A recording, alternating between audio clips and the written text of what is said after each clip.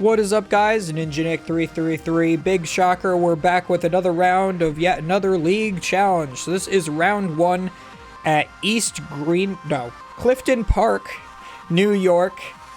Flipside Gaming.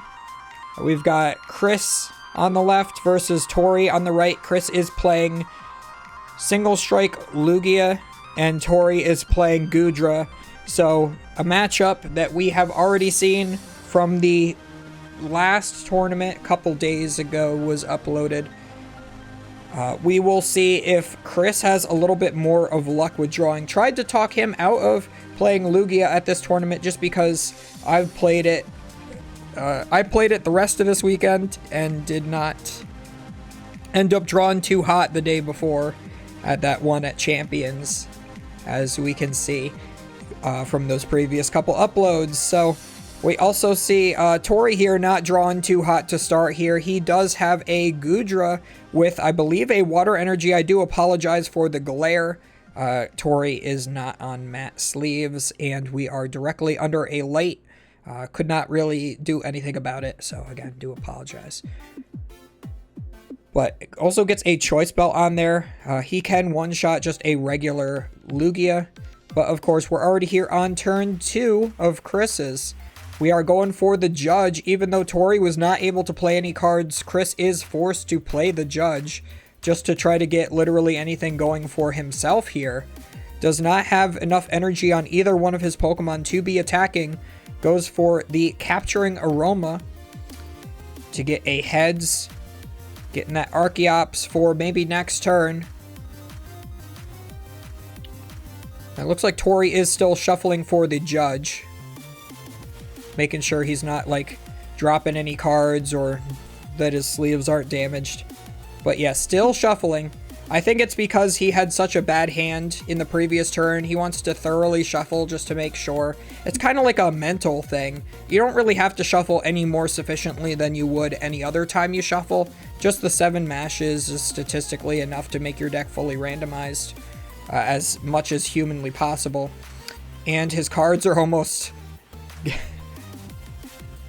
I think his sleeves are breaking too, because he's shuffling so much now. Oh god, come on, Tori. But yeah, I mean, you can probably tell Chris just judged and passed, so he does not have anything going on for him right now. So you have to know, just like throws the sleeve at Chris. Chris does what I do too. I completely destroy a sleeve whenever... whenever I break a sleeve, I finish it off. I completely destroy it, just to make sure I remember that it's not a good sleeve, so I go and throw it out after. But yeah, Tori still shuffling for that judge. Chris does not want to cut, so Tori draws 4 cards, and there's at the very least a Serena in there, so we should be... Oh, we draw a Chorus's Experiment for turn as well, I believe. So we are able to do things since we're Tori now. Unfortunately, we're getting that Battle VIP pass 1 turn too late. That only can be played on turn 1. One of the greatest ways to set up in the Lost Box decks. And sometimes in Gardevoir as well. Tori is checking his sleeves yet again. Almost thinks that the Goodra's sleeve is messed up. So definitely get rid of the Battle VIP pass. There's no question about that. Looks like we're choosing to get rid of the escape rope as well. Tori still on that GX marker. Really got to get this man a Sharpie and a new sleeve to change that Let Loose Giratina to a V-Star marker. By the time he actually changes it to a V-Star marker, it's going to... their V-Stars will be rotated out of the game, I'm pretty sure. We do get the evolution and another attach for turn. And in one more turn, he's just going to be able to start rolling iron without having done anything previous. Chris does manage to get a research here, so he is going to get rid of, I believe, the Single Strike Urshifu VMAX, which he does not want to get rid of, but gets 2 Archeops in the discard pile. So the question will just be, is Chris going to be able to power through these 2 Goodras with the Pokemon that he has in play? I think since it has not attacked yet, you're going to be able to get 1 free attack off maybe with this Evital. This turn, definitely. Chris deciding to go for the coin this time. Normally we always flip the die instead of a coin. But he chose to use the plasma coin this time. That plasma coin is old. That is from the plasma era. Plasma blast, plasma freeze, something along those lines.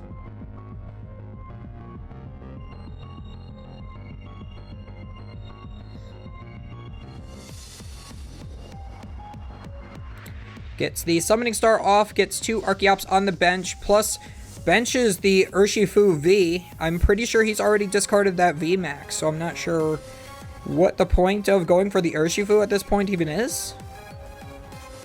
If he wants to attack with this Evital that's in the active, he's going to need 2 single strike energies on it.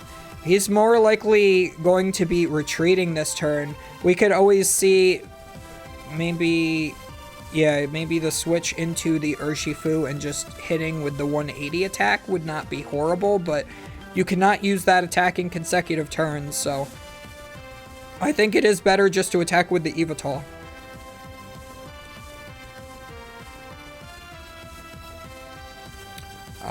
Chooses to just get the 1 single strike energy. He's going to go for the first attack on Evital just to do, let's see, it's base 50 plus 20 for times 2, so that's 5, 6, 7, 8, 90 damage. I think 90 damage is sufficient. You don't have to go for the bigger attack. You're just wasting an additional energy when your opponent is probably just going to Moisture Star anyway. And if they don't, you're going to reply with a one-shot most likely either way. Uses the second Primal Turbo to get a V-Guard energy onto the Urshifu V. Just to make sure that is protected, because we do know that that Choice Belt is on the active Goodra. So one boss's orders will be able to knock out the Urshifu. So good on Chris, good play, getting that V-Guard energy down. So looks like we see a Serena here from Tori is going to discard the rest of his hand, those 3 cards. Looks like Switch, Mirage Gate, and Escape Rope. We get another switch. We will be able to switch into the newly benched Comfey, Flower Selecting. We're going to look at the top 2 cards of the deck. We're going to get rid of the Ultra Ball. That's fine. You normally only use Ultra Ball to get your Goodras. And he's already got one of his V-Stars online plus a Goodra V. So I think Tori's just reading the card, seeing what it does, just to make sure that it doesn't really pose as much of a threat to the Goodra V-Stars. So we just know here that it's going to be hitting for 180 plus whatever single strike energies are on it. Tori was like, is there a way it can still shred like the Evolution does? Or is there any other cute things that it does? You know, what does its first attack do? Nothing in this deck. It only works with basic fighting energies, so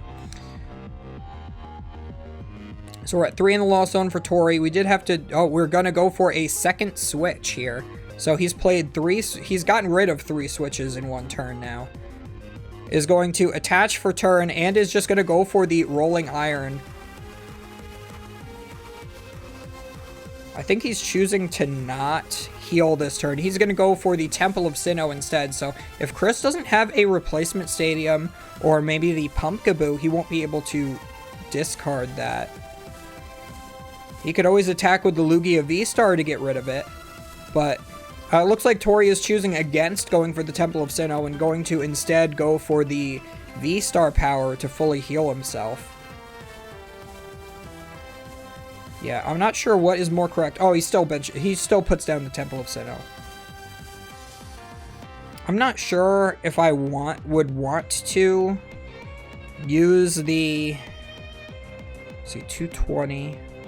Yeah, I don't think that I would have healed that turn, just because you are putting down the Temple of Sinnoh, and there's no way that Chris can one-shot you unless he's going for the Urshifu.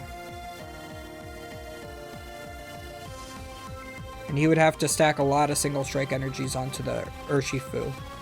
So it looks like we see an Urn is going to put the 2 single strike energies back into the deck, and then Primal Turbos them back into play. Making just the little shortcut of putting them straight from the discard pile onto the Urshifu. Which is fun. It makes Urn feel like a super dark patch. Technically, those energies are considered dark energies as well, so... we do see the knockout on the previously benched Goodra that is boss's orders up to the active. So if I was Tori and I hadn't used the V-Star power the previous turn, I probably would do it now. Just because the Goodra on the bench did get bossed up. So ends up working out for Tori. Either way. So we do Colress's experiment. We're going to get rid of 2 more cards. That's going to put us at 5 in the Lost Zone. We still don't have, we only have the 1 Comfey in play. So we're still going to be 1 card short of being able to play something along the lines of Mirage Gate. But as you can see, this Goodra deck doesn't really rely on the Mirage Gates too much. It does have access to Melanie, as we've seen in some previous rounds from other league challenges that I've put up. Sometimes you have access to Raihan as well. So it looks like we're actually going to Lost Zone a Radiant Greninja. A little bit surprising of a decision, because Radiant Greninja is normally so good. But at this point, kind of feels like you have to do it. So now there's an escape rope here, and Chris has a decision. He doesn't want to sacrifice an Archeops, but he can at this point. He got the use out of both of them on the previous turn, so both of his attackers are just 1 hard energy attachment. Well, the Urshifu is 1 hard energy attachment away from being able to attack. So even if he wanted to bench like a Tyranitar or something that he wants to charge up on the next turn, he could always attach to the Urshifu and then charge to the Tyranitar, and he's still ahead. So getting the 2 Archeops down, usually only super relevant for 1 turn. So we do Flower Select, we get rid of another Comfey. I think that's fine. You have 2 in play now. You've used a bunch of switching cards. We are at now 7 in the Lost Zone, so if we are able to put another Goodra into play, we could always Mirage Gate to that. But at this point, you might be considering just going lone Goodra for the rest of the game here. So does take the knockout on the Archeops, takes 1 prize card, goes back to even prize cards. So now all that he has to do is go through the Lugia and the Urshifu, and that should be his map to win the game.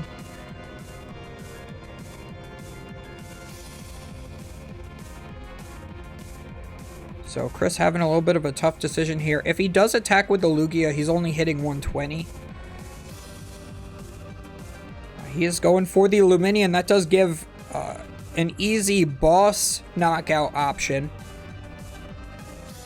So I'm not sure if that's really good to have in play, but if he's got to do it, he's got to do it. Looks like there is a Penny in deck. And a Burnett. Those were pulled to the front. Research as well. I think if you're playing any supporter this turn, it's got to be Research or Judge. Or Boss, if you want to like knock out a Comfey instead. I don't think you want to knock out a Comfey though, because you're at even prize cards still. You'd rather go through 2 Goodras if you can. Try to force your way through this one before Tori gets another Goodra into play, and then Boss knock that one out, and that should be your game plan. So it looks like we do decide on the Professor's Research. I'm not sure what it is Chris is really digging for this turn, because it looks like he should just be able to hit into the Goodra and be fine. Maybe he's digging for another attacker to have set up after the Urshifu, so maybe he can pivot and have different options.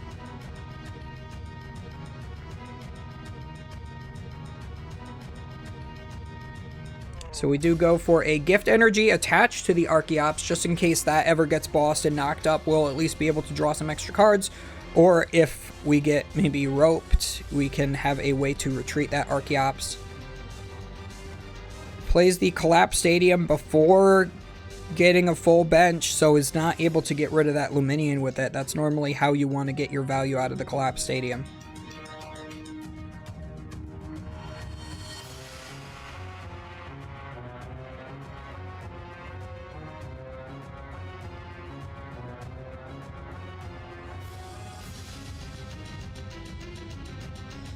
So we're gonna nest, was it double nest ball here?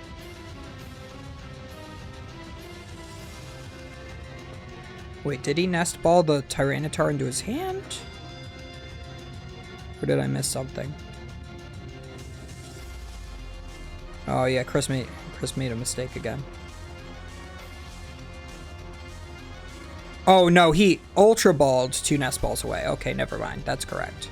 I'm just stupid. Alright, back to the action.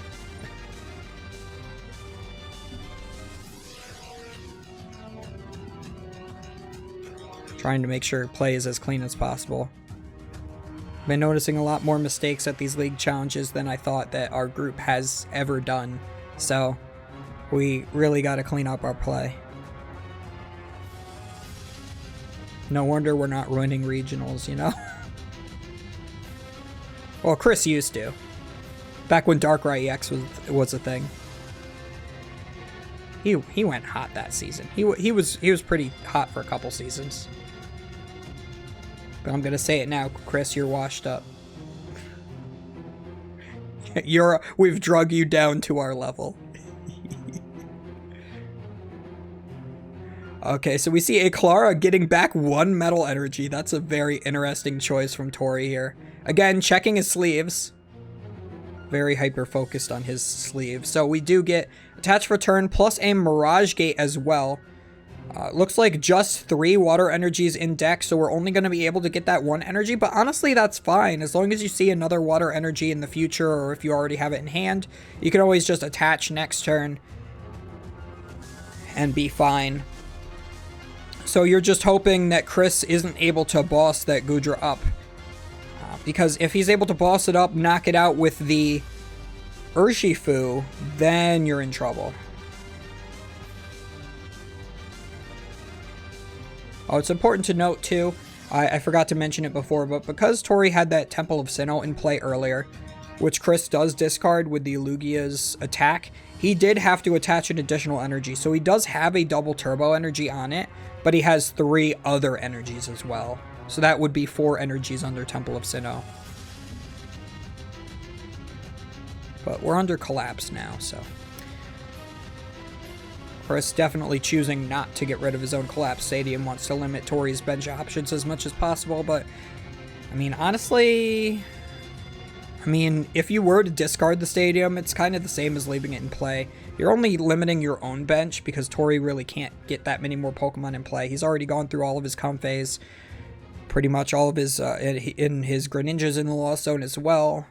You don't really see him benching any more Pokemon at this point. So we do see the retreat is going to be able to get rid of that double turbo energy. So the benefit of having to attack through that...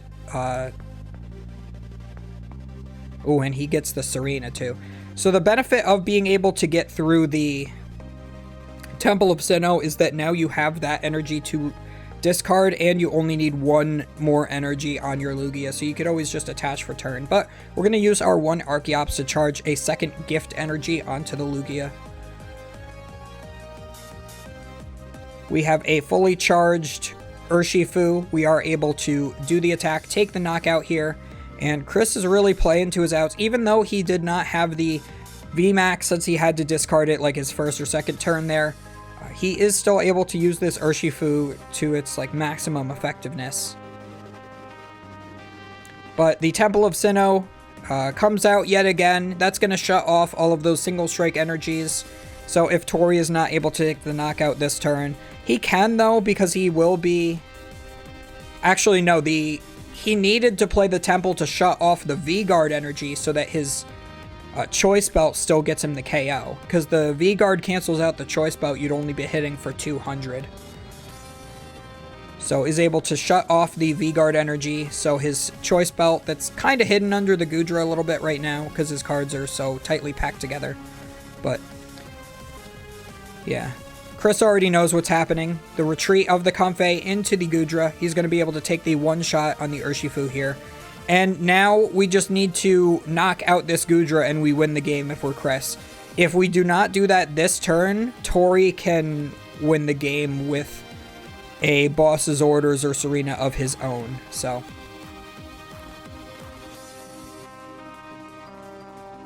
looks like Chris may not have the ability to do that this turn.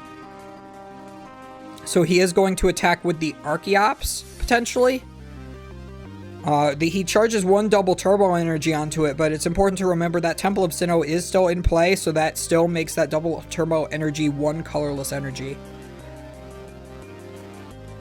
I still think that like attacking with the Archeops is correct, but I think what I would have done is not charge the double turbo, just leave the Archeops active, and then we see Chris immediately concede after that. So Tori says that you can't attack because of the Temple of Sinnoh, and then shows him Boss or Serena in his hand. I didn't see it. It's not at the right camera angle for me, but Tori definitely had that, and he does win that game. So Tori 1-0, Chris 0-1. As always, guys, do not forget to comment, like, and subscribe, and all that good stuff up above. It is important for the YouTube algorithm, because we are ruled by computers.